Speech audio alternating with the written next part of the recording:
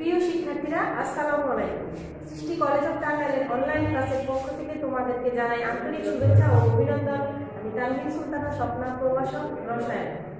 গত ক্লাসে আমি তোমাদের ইলেকট্রন বিন্যাসের নীতি পড়িয়েছিলাম। আমার মনে আছে আউপাউ নীতি, পলিবর্জ্য নীতি ও গুন্ডের নীতি। আশা করি তোমরা ইলেকট্রন বিন্যাসের নীতিটি সবাই বুঝতে পেরেছিলে।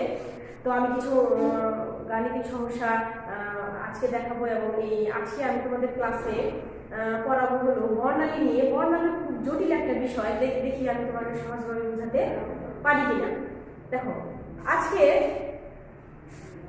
আমরা শুরু করছি বর্ণালী থেকে। তাহলে প্রথমে আমাদের জানতে হবে এই বর্ণালীটা কি, বর্ণালী কখন সৃষ্টি হয়। তা আমরা সবাই জানি যে ভিন্ন ভিন্ন তরঙ্গদৈর্ঘ্যের আলোক রশ্মির সমাহারকে বলা হয় বর্ণালী। আমরা সাধারণত যে 7টা আলোক কথা জানি, বেনিয়া, সহকলা, বেগুনি, নীল, আসমানি, এই বর্ণগুলার এক একটা বর্ণের এক এক রকম তরঙ্গদৈর্ঘ্য থাকে। তাহলে এই ভিন্ন ভিন্ন তরঙ্গদৈর্ঘ্যের যে আলোক রশ্মির সমাহার তাকে নরমালি সাধারণত বর্ণালী বলা হয়। এই বর্ণালীটা পরমাণুতে কখন সৃষ্টি হয় সেটা আমি তোমাদের দেখাবো। তাহলে দেখো, এই আমি একটা বোর পরমাণু মডেল অনুযায়ী একটা কক্ষপথ দেখেছি। মনে করো এটা পঞ্চম শক্তি স্তরে, দ্বিতীয় শক্তি স্তরে একটা ইলেকট্রন আছে। কোন শক্তি স্তরে ইলেকট্রনটা আছে? আমার n এর মান 2, n এর মান 2 হলে কোন শক্তি স্তর? দ্বিতীয় শক্তি স্তর। তো এই যে একটা পরমাণু মডেল, এই পরমাণুর মধ্যে বাহিরের কোন থেকে ধরো আমি কোনো না কোনো ভাবে পরমাণুর মধ্যে আগুন দিয়ে তাপ দিলাম, তাহলে কি এই পরমাণুটা কি পাবে? তাপ শক্তি পাবে। তাহলে দেখো, বাহিরের কোনো উৎস থেকে যদি আমি এই পরমাণুর মধ্যে তাপ দেই, তাহলে পরমাণুটা তাপ শক্তিকে কি করবে?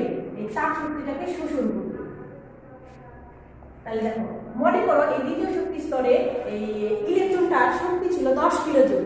তো আমি আরো কিছু তাপ দিলাম, তাপ শক্তি দিলাম বাহিরের উৎস থেকে, তাহলে তার শক্তিটা কি আগের তুলনায় এখন বেড়ে যাবে।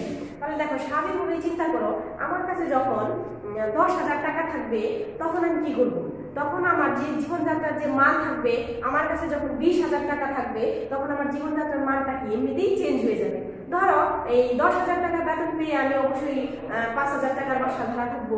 তাহলে যখন আমার টাকা 20,000 হয়ে যাবে, তখন আমি কি আমার যে উপরের লেভেলের দিকে তাকাবো, উপরের দিকে যাবো। যে টাইলস করা ছাড়া বাসায় ছিলাম, এখন আমি টাইলস করা বাসায় চলে যাবো। তার মানে কি আমার কাছে টাকা বাড়তেছে আর আমার কি স্ট্যান্ডার্ড বাড়তেছে। তাহলে দেখো, পরমাণুটার কাছে যখন 10 কিলো জুল শক্তি ছিল, সে তখন ছিল দ্বিতীয় শক্তি স্তরে। যখন আমি আরো তাকে তাপ শক্তি দিলাম বাহিরের কোনো উৎস থেকে, সে এই তাপটা কি করবে? শোষণ করে ধরো তার শক্তি করবে 15 কিলো জুল। তো সেই 15 কিলো জুল শক্তি নিয়ে সে তখন আর এই দ্বিতীয় শক্তি স্তরে থাকতে চাইবে। তাহলে পরমাণুটা কি তার যে উপরের শক্তি স্তরে যাইতে চাইবে। তাহলে ধরো, পরমাণুটা শক্তি শোষণ করে এই দ্বিতীয় শক্তি স্তর থেকে চতুর্থ শক্তি স্তরে চলে গেল। তাহলে এখন আমরা এই বিষয়টা বুঝবো যে আমরা তাপ দিলে ইলেকট্রন কি করে? তাপকে শোষণ করে নিম্ন শক্তি স্তর থেকে কোথায় যায়? উচ্চতর শক্তি স্তরে যায়। নিম্নতর শক্তি স্তর থেকে উচ্চতর শক্তি স্তরে যায়। তাহলে দেখো, এই হলো আমার নিউক্লিয়াস। নিউক্লিয়াস থেকে দ্রুত যত বাড়তে থাকবে, কক্ষপথগুলোর শক্তি তত কি হবে? বেশি হবে। নিউক্লিয়াসের কাছের কক্ষপথগুলোর শক্তি কম, যত দূরে যাব শক্তি তত কি হবে? বেশি হবে। আর এই নিচের শক্তি স্তরে যখন ইলেকট্রন থাকবে, যেখানে শক্তি কম থাকে সেখানে ইলেকট্রনের স্থায়িত্বটা কি হয়? বেশি হয়। তাহলে এখান থেকে আমরা নোট করতে পারি যে কম শক্তিতে ইলেকট্রন কি বেশি স্টেবল, কম শক্তিতে স্থিতিশীলতা কি বেশি, কম শক্তিতে স্থিতিশীলতা সাধারণত কি থাকে? বেশি থাকে। তাহলে দেখো, এখন আবার পুনরায় আমার চাকরিতে বা ব্যবসায় ভালো করতে পারতেছি না, আমি এখন 10,000 টাকা বেতন পাই, এখন আমার স্ট্যান্ডার্ড হয়ে গেল, যখন আমি তাপ শক্তি শোষণ করলাম তখন আমার 20,000 হয়ে গেল, আমি তো চারতলাতে চলে গেলাম টাইলস করা বাসায়। তো আমার কাছে যখন আবার টাকা কমে যাবে, তখন আমি আবার কোথায়? আমার অবস্থানে চলে আসবো। তাহলে যখন এই তাপ শক্তিটা এখন আমি বাহির থেকে সরাই নিব, ধরো তাপ শক্তিটা সরাই নিলাম, তাহলে ইলেকট্রন আর তাপ শোষণ করতে পারবে না। তাহলে তাপ শোষণ করতে না পারলে সে আবার তার আগের অবস্থানে ফেরত যাবে। তার মানে কি সেই শক্তিটাকে কি করে দিল? বিকিরণ করে দিয়ে আবার তার পূর্বের অবস্থানে চলে যাবে। তাহলে তাপ দিলে তাপ শোষণ করে ইলেকট্রন নিম্ন থেকে উচ্চ শক্তি স্তরে যায়। আর যে তাপের উৎস সরাই নেই বা তাপ শক্তিটা সরাই নেই, তখন সে আর শক্তিটা শোষণ করতে পারবে না, তখন শক্তি সে বিকিরণ করে তার পূর্বের অবস্থানে ফেরত যাবে। তাহলে আমার কথা হলো, বর্ণালীটা কখন সৃষ্টি হয়? বর্ণালীটা সৃষ্টি হয় শক্তি বিকিরণের সময়।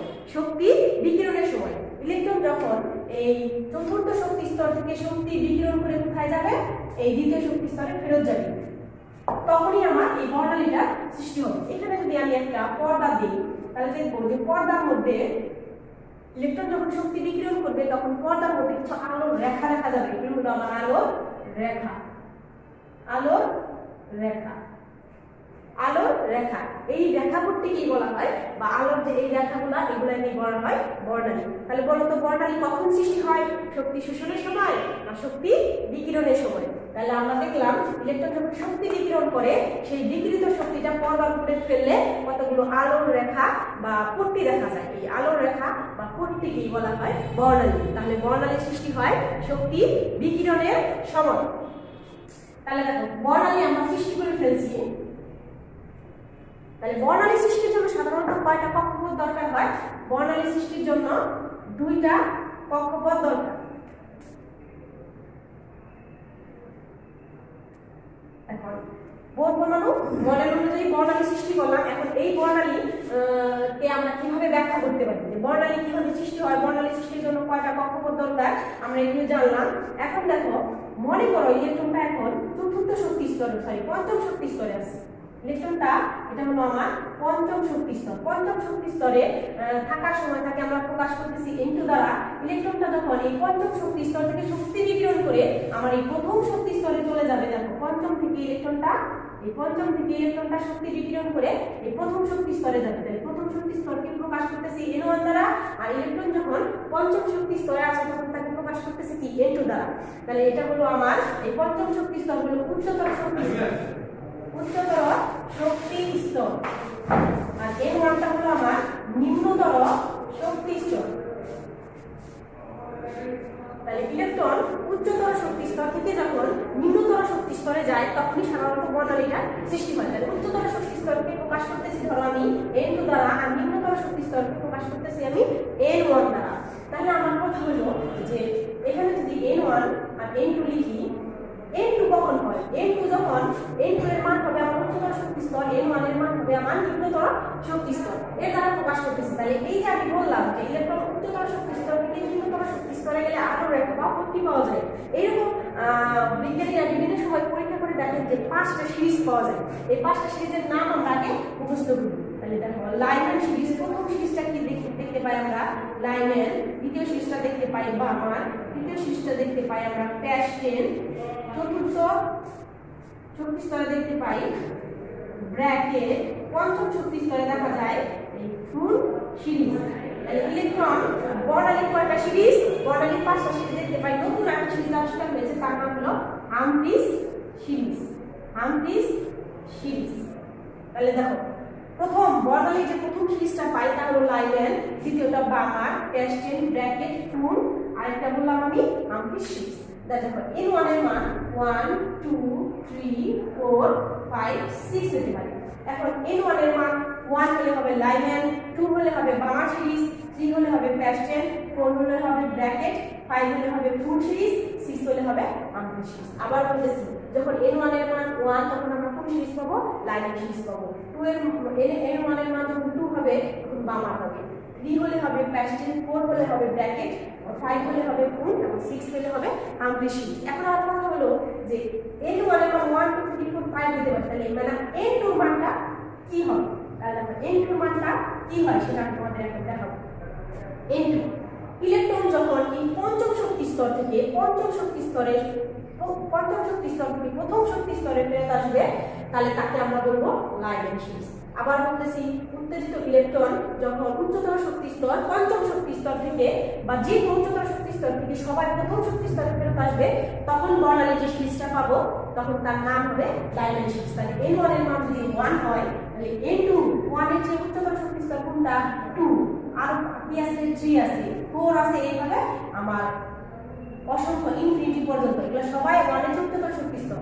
তাহলে 2 থেকে 1 এ আসলে লাইম্যান সিরিজ, 3 থেকে 1 এ আসলে লাইম্যান সিরিজ, 4 থেকে 1 এ, তার মানে সবাই নিম্নতর শক্তি স্তর প্রথম 1 এ আসলে প্রথম কক্ষপথে আসলে সেটা কি সিরিজ বলবো আমরা? Lyman series. তাহলে দেখো এটা আমরা এঁকে ফেলি লাইম্যান সিরিজটা।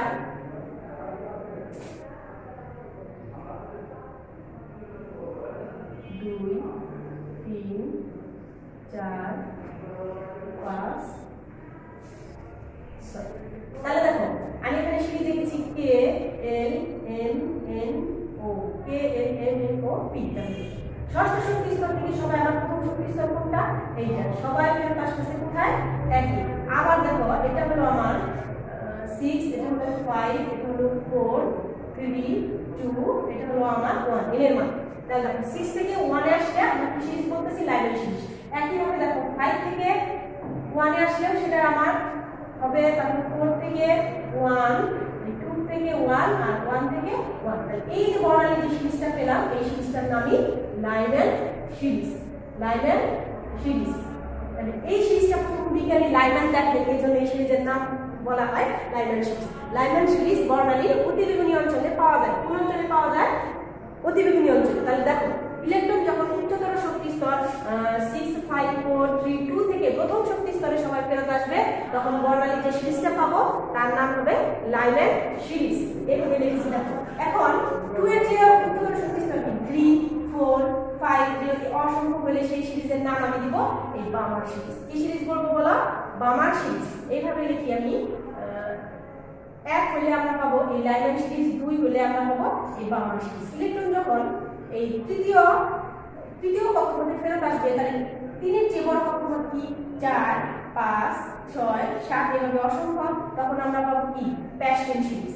ইলেকট্রন যখন চতুর্থ শক্তি স্তরে ফেরত আসবে উচ্চতর শক্তি স্তর থেকে, তখন যে বর্ণালীগত সিরিজ পাবো তাকে আমরা বলবো ব্র্যাকেট সিরিজ। ইলেকট্রন যখন দেখো 5 লিখেছি, 5 এর উচ্চতর শক্তি স্তর 6, 7, 8 এভাবে ইনফিনিটি, তখন আমরা লিখব কোন সিরিজ। ইলেকট্রন যখন 6 তার মানে তার যে 7, 8, 9 ইনফিনিটি পর্যন্ত আসবে, তখন আমরা বলবো আম্প্রিস সিরিজ। তাহলে এইভাবে আমরা যে সিরিজ রাখি, আমি বলছি যে উচ্চতর শক্তি স্তর থেকে ইলেকট্রন প্রথম শক্তি স্তরে আসলে লাইনের সিরিজ। এখন যদি সবাই এই দ্বিতীয় কক্ষপথে আসে উচ্চতর কক্ষপথ থেকে, তাহলে যে সিরিজটা পাবো তাকে আমরা কি বলবো বলো?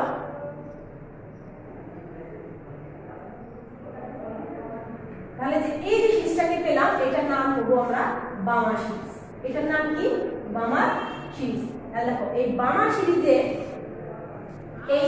সিরিজের মধ্যে আমার যে বর্ণালীটা পাওয়া যায় সেটা হলো দৃশ্যমান অঞ্চলে। একমাত্র বামার সিরিজের এই বর্ণালীটাই আমরা দেখতে পাই, কারণ এটা দৃশ্যমান অঞ্চলে থাকে। আমরা জানি সবাই দৃশ্যমান অঞ্চলের তরঙ্গদৈর্ঘ্যের সীমা 380 থেকে 780 ন্যানোমিটার।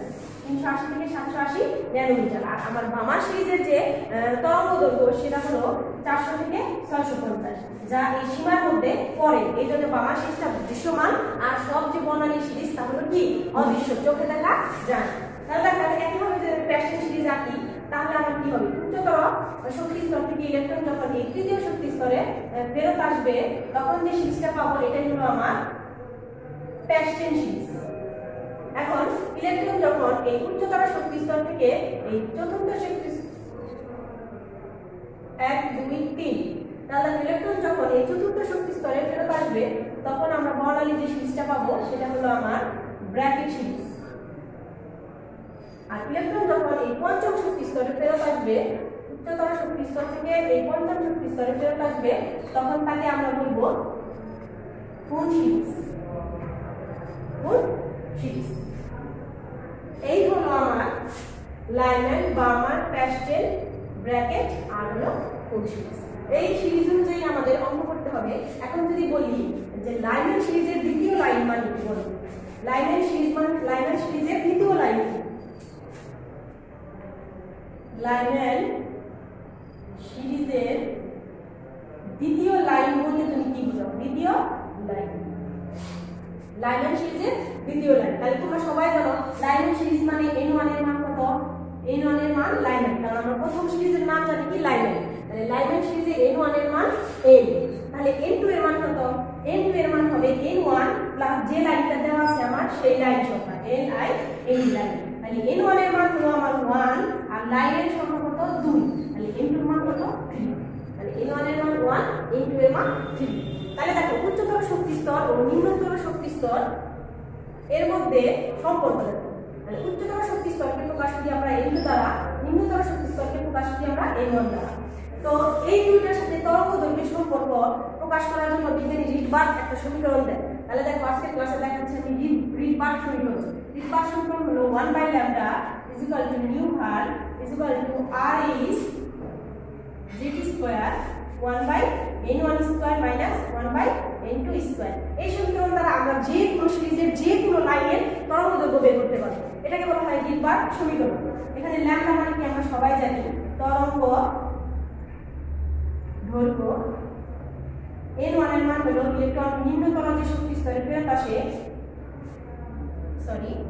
নিম্নতর শক্তি স্তর, n2 হলো আমার উচ্চতর শক্তি স্তর, তারপর RH হলো আমার রিডবার্গের দ্রব্য, বিজ্ঞানী রিডবার্গ দ্রব্য, রিডবার্গ দ্রব্যের মান 109678 পার সেন্টিমিটার। আর এখানে জেডটা হলো পারমাণবিক সংখ্যা, জেড হলো কি সংখ্যা? পারমাণবিক সংখ্যা। এই সমীকরণের সাহায্যে আমরা যে কোনো গাণিতিক সমস্যা করে তার তরঙ্গ দৈর্ঘ্য বের করতে পারবো, সেটা দৃশ্যমান কি অদৃশ্যমান সেটাও বের করতে পারবো। আমি বলেছি একমাত্র বামার সিরিজটা দৃশ্যমান, বাকি সব সিরিজগুলা কি অদৃশ্যমান। তাহলে এই 5টা সিরিজের মধ্যে 5টা বিজ্ঞানী 5টা সিরিজ আবিষ্কার করেন, তার নাম অনুসারে এই বর্ণালীর নামকরণ করা হয়েছিল।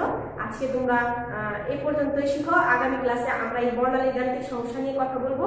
সবাই ভালো থাকো, সুস্থ থাকো, আল্লাহ হাফেজ।